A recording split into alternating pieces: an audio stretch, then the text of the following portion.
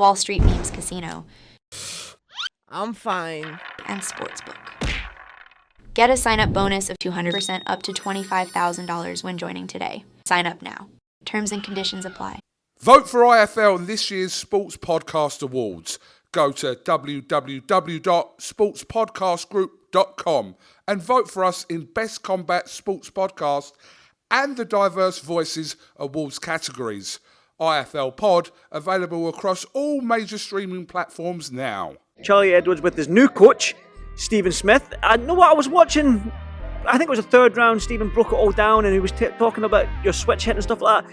Just talking about Stephen Smith as a coach. We all know him as a fighter, but you've been with Stephen a wee while now. So what's it like training with him? Yeah, it's great. I'm over the moon. I'm on cloud nine. You know, every time I'm in the gym, I'm thriving, and that's all a fighter wants: to be thriving, to be listening, to be learning, to developing. And Swifty gets it. You know, great boxing brain.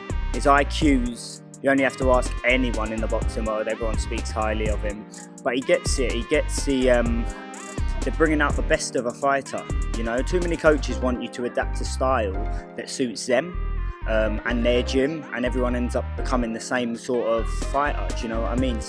And that doesn't work for every fighter. So you get some successes in the gym and some not successes in the gym, and it affects people in different ways. Where Stephen, like, he breaks it down and dissects it and sees what your strengths are, what your weaknesses are, you can work on. But he likes the kind of, we call it the Swifty flow. Do you know what I mean? Do you know what I mean? Where we're collaborating, our minds are a two. Some things work for me that other coaches would never allow me to do, because maybe it's a little bit of a risk. But I feel like fighters have to box to their personalities and for themselves. And the trainer is the one to fine-tune them. And yeah, sometimes you take a risk, you get caught, but sometimes you take that risk and it's the risk-reward factor, and it's like, wow, where's this come from? How do you do that? And I think Stephen's very good at deciding the sort of tactics and the approach that he wants to take with me, and will bring the best out of me as a fighter and a boxer. We all know sort of like the hardship you've had in boxing of late, and you don't have to go into it again. You've done numerous interviews as to why and who you're upset with and whatnot, so we won't go down that path, but it has been a frustrating time, sort of like the last, maybe year, I believe. You can't get a fight, this, that and the next thing. Now you're with Stephen. I think you're at every show now. You're trying to network yourself, for lack of a better word, trying to network yourself to get back in the game, to speak to promoters, managers, to get on these fights. Now, we're in January 2024, you're hoping to be a bigger and better year for you. So you got any news for us in terms of when we'll see Charlie Edwards out next? It's literally as soon as possible. I've having great conversations, like you said. I'm around the shows, I'm networking better.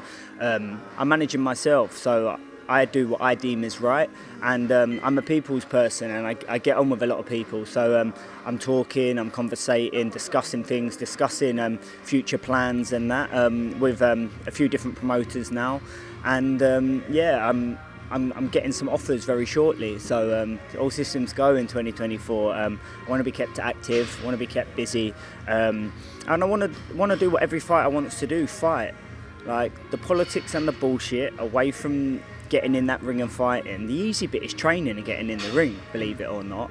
The amount of Muppets you've got to deal with who fuck fighters' careers up is ridiculous, and I do believe the board need to be harder on the managers and need to pull in some people for the way they treat their boxers, because it's bang out of order and it ruins a lot of young fighters coming through their livelihood. That's why just seeing what Stephen Smith, Paul Smith and the Smith brothers have done, bringing in this union, it's great, because it allows these crooks and con men and Muppets out there who play with these young fighters' livelihoods, where I'm lucky, you know.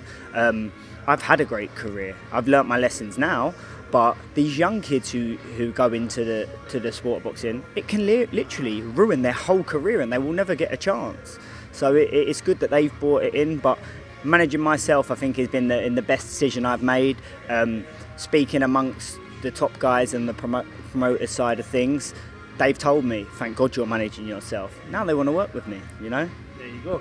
Now, you're in this Rotunda gym now. I like this gym down here. It's a busy gym. I love Joe Mack. I love the Smith brothers. one of my good mates, Josh Taylor's down here. You've got Dennis McCann who's here. You've got yourself as well, even though you're working with Stephen Swifty, not Joe Mack and Deck. I mean, the gym right now is buzzing, it's thriving. It's Saturday morning, we've got, 1, 2, 3, 4, 5, maybe 6 top fighters in here. So for you to be in a gym now where you've got the likes of the Josh Taylor, the Beefy Smiths coming in, the Cam Smiths, Dennis McCanns, all these guys, what's that like for your morale as well going forward? Yeah, definitely, it's great. Champions make champions, you know. I'm around all people that I previously shared gyms with, been on GB with, are my friends in boxing, we always get on. It's a great atmosphere in here and it's a great vibe, and it's nice to walk into the gym and be happy and to be thriving and not being like you're walking into a funeral and everyone's depressed, you know what I mean? So the energy around you is contagious, and everyone's pushing on to win major titles this year, and I'm glad that I'm here and amongst it all, and I'm training with Swifty. The whole teams get on, and there's no atmosphere in here, and it's good crack. So and it's hard work. And when someone next year who's a good fighter is putting in the work in and putting in 100% in like I do, we just bounce off each other and everyone pushes each other along. So it's great. Definitely. Now, Charlie, you've been a world champion. You know what it takes to get to that level. Right now, you're probably hovering in that bantamweight division. And I spoke to Swifty yesterday, and he said you can fight for a world title next, but obviously you need that bond with your coach. You need a couple of fights, especially the ring rush, because I do believe in ring rush. You need to stay busy with it. You just need to look at the Wilder and Parker fight. Maybe there's ring rush for Wilder. Parker had 3 fights leading up to that fight anyway. But for you, you know what it takes to be a world champion. When you look at that bantamweight landscape, are you confident you can become a 2-weight world champion? More than confident. The division's open. Each and every organisation, the division's open. There's no unbelievable monsters out there like there was in AO and UA. So I'm buzzing to be a part of the bantamweight division right now. Yeah, I'm ready to go. Like I know what you mean about ring rust. I fought 6 months ago. I think I shook my ring rust there. And I'm ready to jump into a big fight. However, are people willing to give me the opportunity to be in a big fight? No, because everyone can clearly see how hungry, determined and focused I am, and how I've dedicated my life to this sport, and even through this shit time continue to persist and continue to get better. I've made some real power moves now, teaming up with Swifty and managing myself and being open and discussing big fights, but no one wants it. So yeah, it will go being active now, but sometimes things happen for a reason. I'll get active, and you have to work yourself into a position then, rather than get that mandatory slot. I mean, Jason Maloney has voiced on an interview that he wants to come to the UK and fight me. He's WBO world champion right now, so that's out there, and it's probably marinating somewhere. If he was to come next and offer me the shot as a voluntary, of course I'm jumping straight in, and it's a fight I know I'm going to win. But if it doesn't work that way, we'll just get busy. And then the ones who haven't volunteered me the shot or give me the shot right now are going to be in for a rude awakening when I get 3 fights deep and I'm firing completely on all cylinders. So sometimes everything happens for a reason. I just want to be back in the ring fighting. I've had too much of my career wasted and fucked about on, and I just want to be getting back, showing the fans what I've been working on and what me and Swifty have developed in a partnership, and how my style is already changing for the better. Charlie, it seems to me when I'm listening to you there, and I've watched you in the pads, you was like some of the shots you were landing, they were clean, they were flush, they were making that pop sound on the pads, which I love that sound. It seems to me, right, even though you said everything happens for a reason, it seems like you maybe not have needed that shit in your career, but it seems like now you've got that hunger back from when you just came out the amateurs, that hunger, that desire, maybe that more angry, angry probably lack of a better word, but you've got this thing about you now where you're like, I'm gunning for every single one of you. You know what, I've got a point to prove, yeah? I'm an experienced pro now, coming into the peak years of my career. I've had the years, really, to develop into a proper bantamweight. Like, I moved up straight away from flyweight to bantamweight in my first few fights, and I probably weren't a legit bantamweight. Now my body's grown, I've filled out, like you said, I'm hitting a lot harder, there's snap, there's heavy hands behind my shots, and I believe this is the division where I'm going to really shine. Always before I was a bit unsturdy on my legs because I was a bit more weaker, because I was cutting a lot of weight. And when I was getting in the ring, I weren't being able to fuel my body up correctly because I took so much out of it. Where now I'm settled, I'm strong, my weights, I don't even check my weight no more. I know what I'm weighing, I'm walking around that all the time in a comfortable position, and I'm good to go. Always 6 weeks away from a fight, stayed in the gym, and you see the improvements, you see the consistent work that we put in through these dark times. It changes your mentality. It gives you that confidence and belief in yourself more than anything, because you know what you've been doing. Like, I can talk it, but I need to show it, and that's what I'm looking forward to doing now. Talking about showing it, when you look at the 2024 with Swifty, have you had any quiet discussions with Swifty in terms of the roadmap and how you want 2024 to look? Anyone can get it. Literally, anyone can get it. Do you know what I mean? Big fights. Well, listen, you say anyone can get it. Beefy Smith was meant to come in today to spar me. He didn't show up. I offered Dennis McCann over there 3 rounds.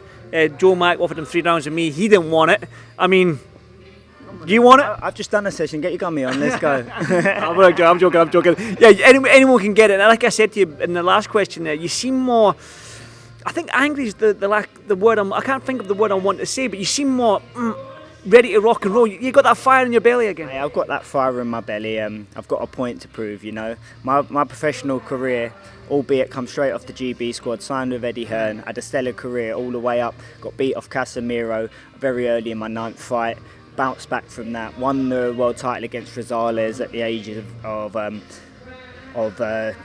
25, I think I was. So young pro winning the WBC world title. Then career went a bit to shit. COVID happened, really stalled my career. Then I signed with Frank, and then COVID messed it up.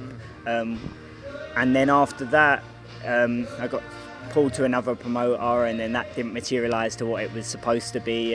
So I've been through from having such highs, I've been on the lows. And you know what? I think every fighter that goes through the adversity and battles through it and doesn't give up, because many fighters who would have won a WBC world title and secured himself financially and stuff would have just called it a day.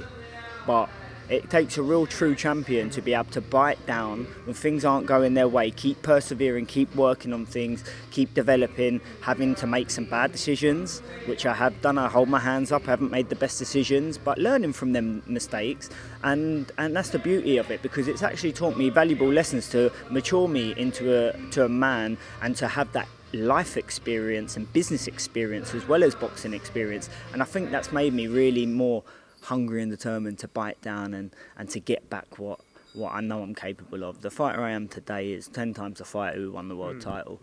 I just need the opportunity and the path to get me there. And when it's all said and done, right in my end of my career, I'll look back and probably say this time was the time that made me the person I needed to be to deliver and to go on to highest of heights. So everything happens for a reason in this sport, and yeah, I'm just buzzing to get it away now and be in the position where the negatives in the past now. 2024 is a fresh year, and I'm in good conversations and things are happening.